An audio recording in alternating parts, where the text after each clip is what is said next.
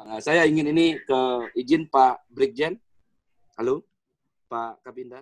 Ada masuk Pak Kabinda? Ya, oke. Yo, terima kasih nih Pak. Udah mau bergabung bersama kita. Kita senang sekali. Ini di layar kaca ini Pak Kabinda ini aktivis semua rata-rata Pak.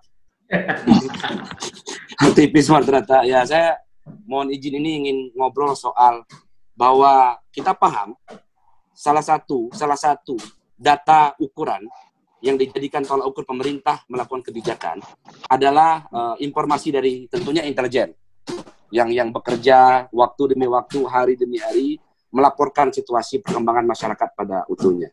Nah, yang ingin saya izin manggil abang nih boleh nggak nih Bang? Boleh. karena kalau gitu. Ya, kalau kita di KNPI nih Bang, kalau manggil bapak itu kita kaku, kita ngerasa orang tua. Jadi izin nih Abang Jenderal bahwa Bang bisa mungkin Abang berikan kita kepastian, karena hari ini satu-satunya hal yang anak muda, orang tua, siapapun itu, masyarakat di Provinsi Jambi yang dibutuhkan adalah kepastian informasi. Bukan lagi kepastian tentang kalau pemerintah menganggarkan dana, bantuan tadi. Yang kita butuhkan kepastian bahwa apakah 8 orang ini, 7 orang ini yang hari ini katanya sedang mengalami kepastian, ada yang mengalami juga kesembuhan, segala macam perkembangan lah. Informasinya mohon juga Abang Jenderal mungkin berikan kepada kita bahwa kita butuh kepastian bahwa kita bisa hidup, kita butuh kepastian bahwa Jambi bisa survive, kita butuh kepastian bahwa tak lama lagi COVID-19 ini akan berakhir. Minimal itu harapan, kan, karena yang dibutuhkan anak-anak muda ataupun orang tua kita rumah itu harapan nih, Abang Jenderal. Mohon waktu dan tempat saya persilakan. Terima kasih. Terima kasih. Assalamualaikum warahmatullahi wabarakatuh. Waalaikumsalam. Dindo moderator, saya panggil Dindo aja ya. Tadi manggil abang, saya panggil Dindo. Dindo Arkon, dokter, kandidat dokter, dan di sini saya lihat ada Prof. Samsur Rizal. Assalamualaikum, Prof. Sehat-sehat, Prof. Ya, Pak Johansa. Siapa? Pak Hermanto, Bang Bahrén Nurdin.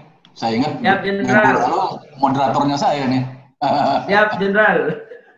Rekan-rekan pengurus DPD KNPI, baik provinsi maupun kabupaten, dan semua peserta diskusi sore hari ini, saya selaku Kabinda ucapkan apresiasi atas undangan yang baik.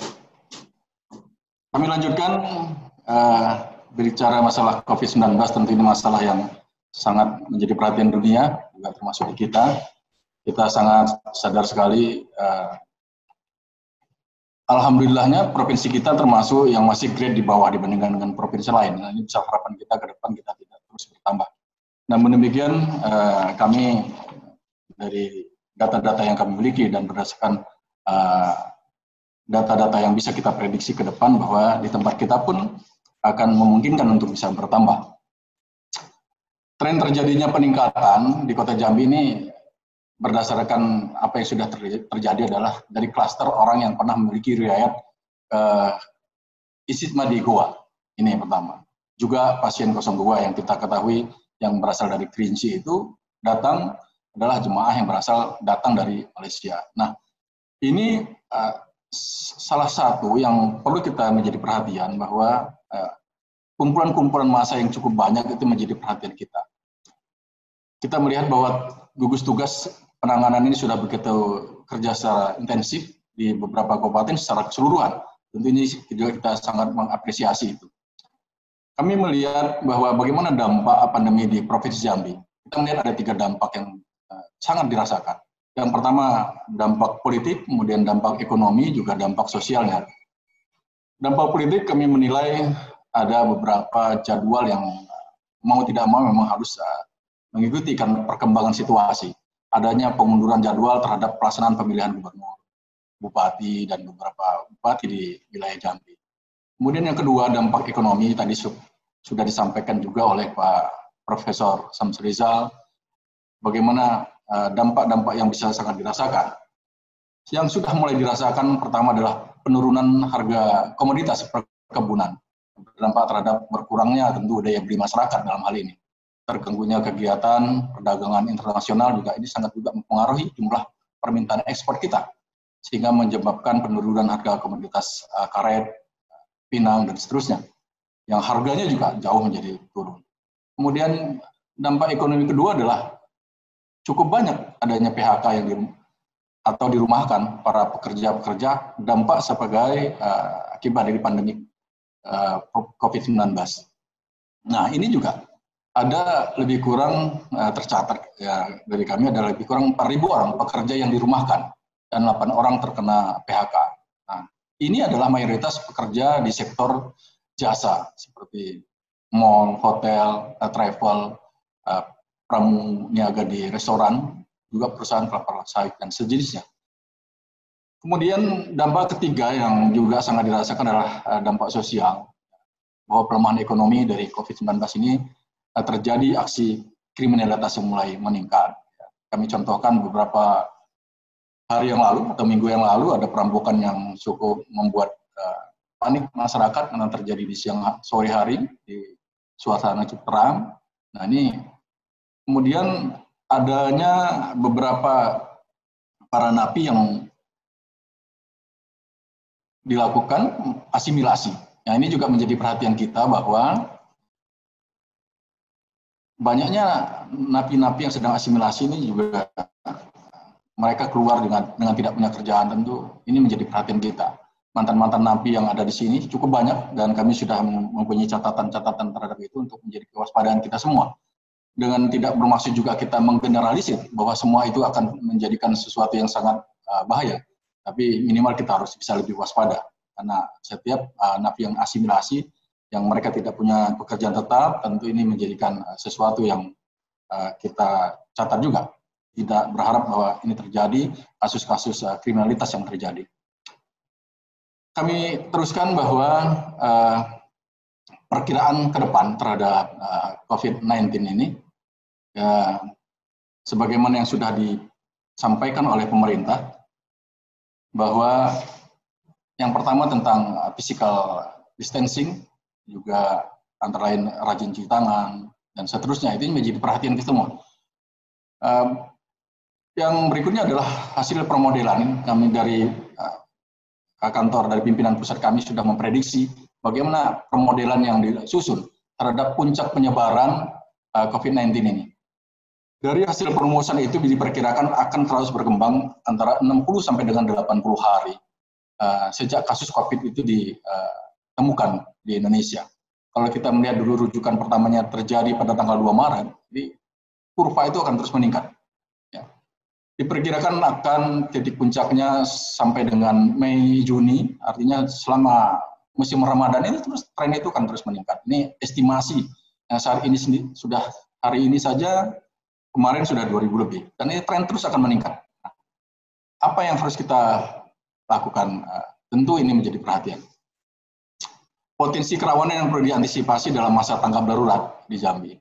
Yang pertama, sudah terjadi juga adanya penolakan pemakaman terhadap PDP yang terjadi di Kecamatan Tebo Tengah, Kabupaten Tebo. Setelah kita lakukan penggalangan, akhirnya diterima juga karena informasi atau sosialisasi yang didapati masyarakat belum begitu merata, sehingga pemahaman masyarakat terhadap korban ini menjadi simpang siur. Demikian sudah bisa dilakukan.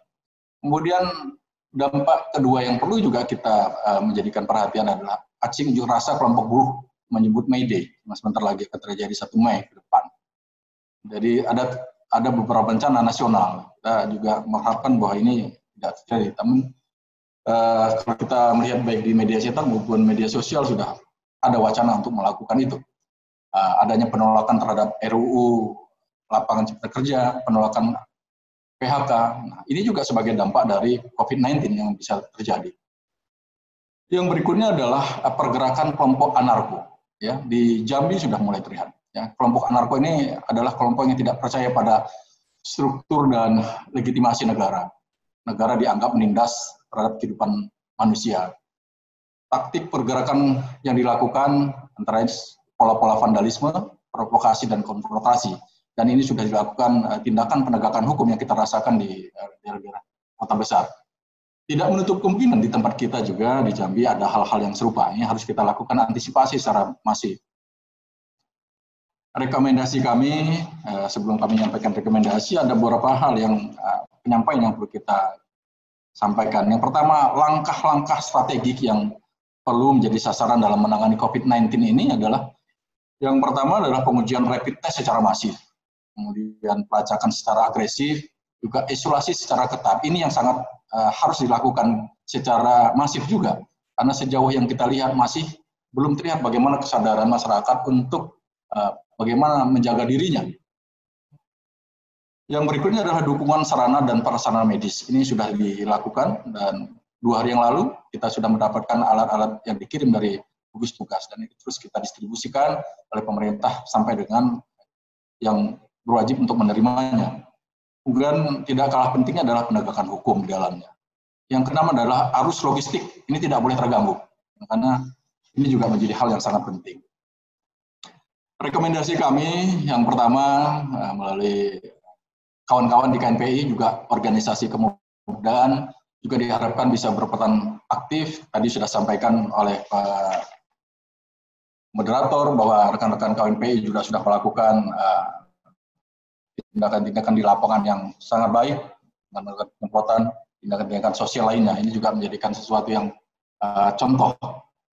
Kemudian lakukanlah edukasi, sosialisasi kepada masyarakat untuk selalu memakai masker, jaga jarak, cuci tangan, membatasi aktivitas di luar rumah.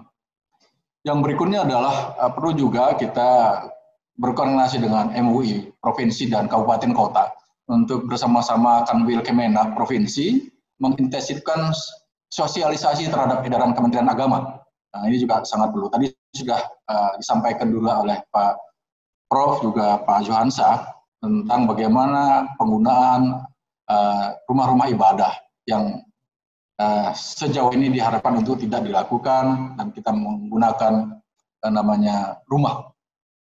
Kita tahu bahwa tim gugus tugas sudah menangani ini dengan sangat luar biasa, peningkatan baik dari tingkat pusat maupun ke provinsi dengan mengintensifkan sosialisasi surat edaran Kementerian Agama. Nah, diharapkan juga, kami juga menyampaikan bahwa pemerintah daerah dapat dengan menjadikan desa atau kelurahan sebagai frontline, untuk bagaimana mempertahankan penanganan COVID-19 yang aktif. Peran-peran RT, RW di bawah itu harus secara masif kita lakukan, hingga kita bisa membangkitkan semangat gotong royong dari bawah. Ini yang selalu didengungkan bahwa dari tingkat RT, RW juga harus menggelorakan untuk bagaimana bisa mengatasi dengan menjaga diri, memproteksi segala hal-hal yang memungkinkan terjadi. Sementara itu mungkin rekan moderator yang bisa kami sampaikan di tahap pertama ini. Terima kasih. Wassalamualaikum warahmatullahi wabarakatuh. Waalaikumsalam warahmatullahi wabarakatuh. Terima kasih Kando Jenderal Pak Minda. Jadi artinya Kando Jenderal bahwa kepastian gejolak itu ada, walaupun dia sedikit yang Kando katakan di beberapa tempat. Ada yang tapi kan ini dalam sejauh ini masih bisa dalam bahasa saya itu bahasanya mungkin kontrol pemerintah Kando ya, dan masih bisa kita bisa kontrol dan tangani bersama. Terima kasih Kando. Mudah-mudahan Kando masih bisa stay, Kando masih banyak yang akan bertanya.